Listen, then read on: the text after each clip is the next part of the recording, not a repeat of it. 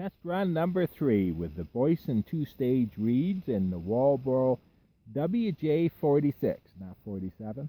Yep, I believe it's running great. I've made 2 test cuts to verify the carburetor setting. I had to open up the low speed some, and I did open the high speed just a little.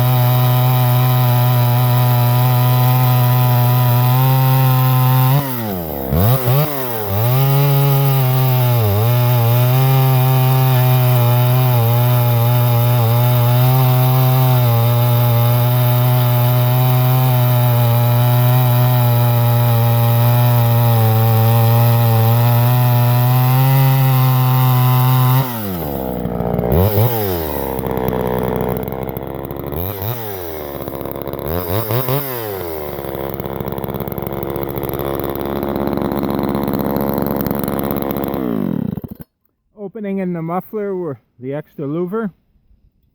It is running great. I am very happy.